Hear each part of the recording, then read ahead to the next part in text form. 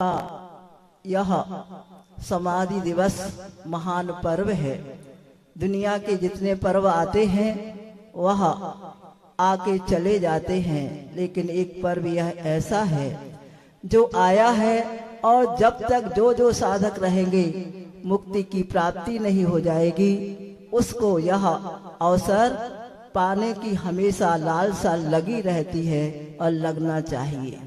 ऐसे ही हमारे गुरु नाम गुरु आचार्य ज्ञान सागर जी थे, जिन्होंने अपने जीवन में आज जितना भी कुछ साधु वर्ग में ज्ञान देखा जा रहा है, उस ज्ञान का यदि कोई स्रोत थे, देने वाले थे, तो इस युग में आचार्य ज्ञान सागर जी ही थे, जिन्होंने सारे संघों में ब्रह्मचर्य अवस्था में रह करके इतना ज्ञान दिया है, जो ज्ञान का यह पुष्प और उसकी सुगंधी आज तक सारे ब्रह्मांड में सुगंधित हो रही है। उसका एकमात्र श्रेय आचार्य ज्ञान सागर जी को है। आचार्य ज्ञान सागर जी ने अकेला अपने जीवन को ही सुवासित नहीं किया है, उन्होंने कई रत्न दिए और कई पुष्प दिए, ऐसे ऐसे रत्नत्रय के पुष्प दिए। उनमें एक पुष्प वह था जो अचेतन होकर के भी सारे विश्व में साहित्य जगत में एक डंका बजाया, और उन्होंने प्राचीन सभी उस प्रकार के महाकाव्य के रचयिता को भी पीछे कर दिया, और उस महाकाव्य का नाम है जयोदय महाकाव्य। चेतन जगत में उन्होंने जो कुछ दिया वह भी कम नहीं है। आज यदि देखा जाए तो विश्व में हमने सुने हैं पंचम काल में तीर्थंकर नहीं होते, बिल्कुल सही है, लेकिन तीर्थंकर से भी ऊपर उठा हुआ व्यक्तित्व यदि इस काल में दिखाई देता है, तो आज से कुछ महीने पूर्व हमने देखा सबके जगत हृदय में ऐसे समाये हुए हैं आचार्य श्री जी, चाहे छोटा बच्चा हो, चाहे भारत का हो, चाहे भारत से बाहर का हो, सबके हृदय में यदि कोई महाचैतन्य काव्य समाया हुआ है तो उसका नाम है आचार्य श्री विद्यासागर जी। कहीं पर भी हो, पढ़ा हो, अनपढ़ हो, वह रत्नत्रयधारी हो, रत्नत्रय को धारण नहीं भी किया हो, लेकिन दर्शन भी नहीं किए हैं, नाम भी सुना है, तो वह आज भी अपने हृदय में उनके चरणों को कीलित करके रख रहा है। और यह बात उस समय प्रकट हुई जब 25 फरवरी को सबकी श्रद्धांजलियां आई, तो हम भी बोलेंगे, और देश का राजा भी बोलते बोलते अभिभूत हो गया।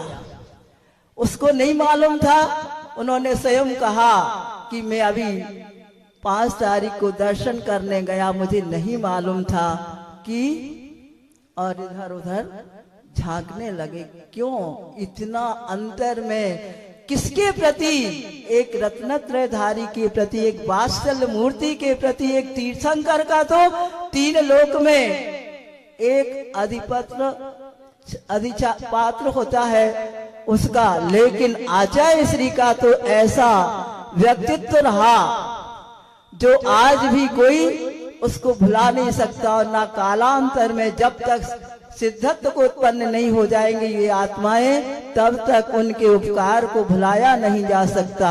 और ऐसे उपकारी गुरुदेव के देने वाले आचार्य ज्ञान सागर जी मुनि महाराज, और उन्होंने हमें उस दिन वह पीड़ा ज्ञात हुई कि भगवान महावीर को मोक्ष जाने के बाद गौतम गणधर को कैसा लगा होगा।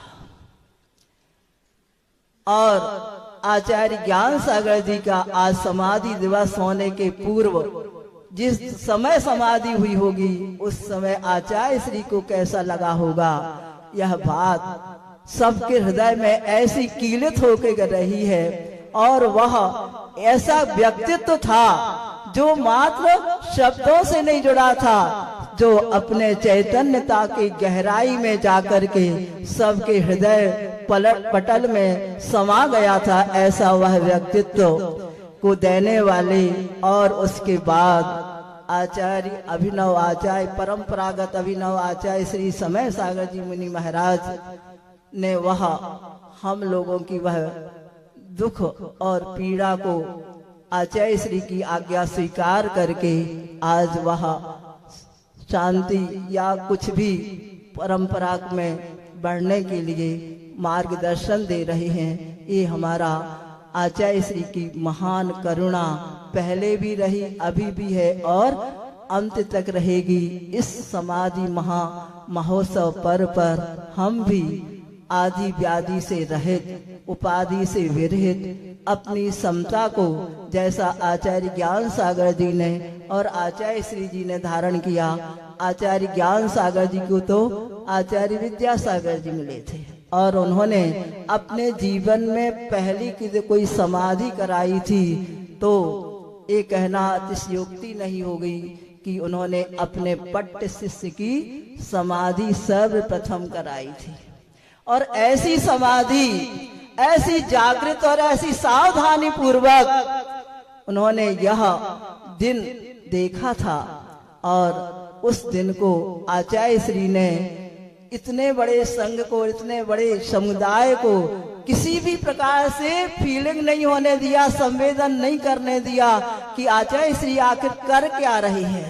और धीरे धीरे यहाँ पर भी उन्होंने एक प्रवचन किया था कि अब सबको अपने अपने, जिन्होंने भी रत्नत्रय धारण किया है, उन सबको अपने अपने रत्नत्रय के साथ भक्त प्रत्याख्यान भी चालू कर देना चाहिए। मेरा तो चालू हो गया है, ये संकेत देते रहे, लेकिन अपन सब ऐसे गाफिल रहे कि कह रहे होंगे। लेकिन उसके बाद उन्होंने संघ को छोटा किया और छोटा किया और छोटा करते करते वह जब डोंगरगढ़ पहुंचे और उसके बाद उन्होंने ये भी कहा इसमें से 2 और कम करना है? और सिर्फ एकाकी में, अपने एकत्व में लीन होने के लिए उन्होंने कितना कब से प्रयास किया और वह उस दिन सफल हुए।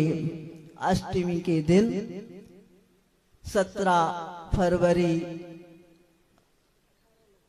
अरे 17 कहलाती है, रात्रि थी ना, तो वह 2:35 पर ऐसे लीन हुए।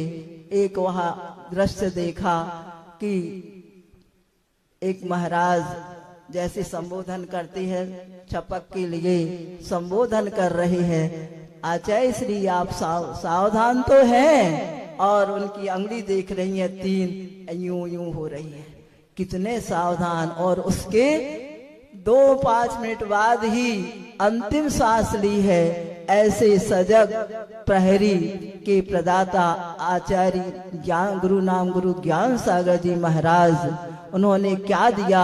अचेतन जगत को यदि जयोदय महाकाव्य दिया है तो चेतन जगत के लिए बहुत सारे काव्य दिए, लेकिन इस चैतन्य आचार्य विद्यासागर जी जो महान व्यक्तित्व दिया है, जिसने क्या नहीं किया, हर प्रकार से सर्वांगीण देश का और अपने आत्म प्रदेशों का विकास करते हुए उस उन्नत दशा को प्राप्त किया है, जहां पर ऊपर भी पहुंचे हैं। तो हमको तो ऐसा लगता है स्वधर्म इंद्र भी घबरा गया।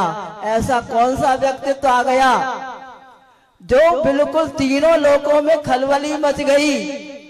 तीर्थंकर का जन्म होता है तो तीनों लोकों में शांति छा जाती है, अधोलोक में भी। और वहां पर ऐसा वातावरण बन गया कि लोग कहने लगे, नहीं, यह हमारे यहाँ का रत्न आपके संयम में रहने वाला नहीं है, ये तो वहीं के शोभा देता है जहाँ संयम होगा। लेकिन अब वह चोला औदारिक तन से बदल करके वैक्रियक वर्गणाओं को ग्रहण कर चुका था। आखिर निराश होना पड़ा इस मर्त लोक के जीवन में रहने वाले लोगों को। और वहां पर वह विद्यमान है, भले ही दूरी क्षेत्र की है। आचार्य श्री ने कहा भी है, दूर भले ही हो निकट भेज देता। अपनापन वहां से आ रहा है और वह हम सब चातक पक्षी के समान एक भी वह निकटपन की संवेदनाएं दूर नहीं होने देंगे।